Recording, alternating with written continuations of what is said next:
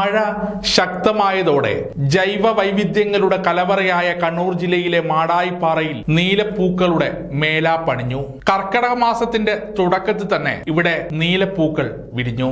പാറ നീലപ്പൂ, കൃഷ്ണപ്പൂ, തുമ്പപ്പൂ എന്നിവയും ഇവിടെ വിരിയാറുണ്ട്.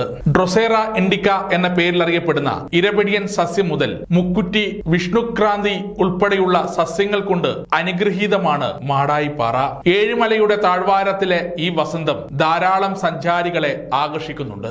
ദേശാടന പക്ഷികളുടെ വിരുന്ന് കേന്ദ്രം കൂടിയായ മാടായിപ്പാറയിൽ പ്രകൃതി നിരീക്ഷണത്തിനും പഠനത്തിനും ഗവേഷണ വിദ്യാർത്ഥികൾ ഉൾപ്പെടെ നിരവധി പേർ എത്താറുണ്ട്. വൈവിധ്യമാർന്ന 300ഓളം സസ്യങ്ങൾ മാടായിപ്പാറയിലുണ്ട്. ഓണക്കാലത്ത് പൂക്കൾ ശേഖരിക്കാൻ നാടൻ പൂക്കളുടെ ഈ അക്ഷയഖനിയിലേക്ക് ദൂരസ്ഥലങ്ങളിൽ നിന്ന് പോലും കുട്ടികളും എത്താറുണ്ട്. ഉല്ലാസത്തിനും മറ്റുമായി മാടായിപ്പാറയിൽ എത്തുന്നവർ വാഹനങ്ങൾ പുൽമേടയിലേക്ക് കയറ്റുന്നതും ഭക്ഷണങ്ങളുടെയും മറ്റും മാലിന്യങ്ങളും പ്ലാസ്റ്റിക് കുപ്പികളും ഉൾപ്പെടെ പാറയിൽ വലിച്ചെറിയുന്നതും മാടായിപ്പാറയുടെ മനോഹാരിതയ്ക്ക് മാത്രമല്ല സന്തുലനാവസ്ഥയെ കൂടി ബാധിക്കാറുണ്ട്. ഇതുമൂലം ഇവിടത്തെ സസ്യജന്തു വൈവിധ്യങ്ങളുടെ ആവാസ വ്യവസ്ഥകൾ തന്നെ വലിയ ഭീഷണിയാകുകയാണ്. സമഗ്ര ന്യൂസ്, കണ്ണൂർ.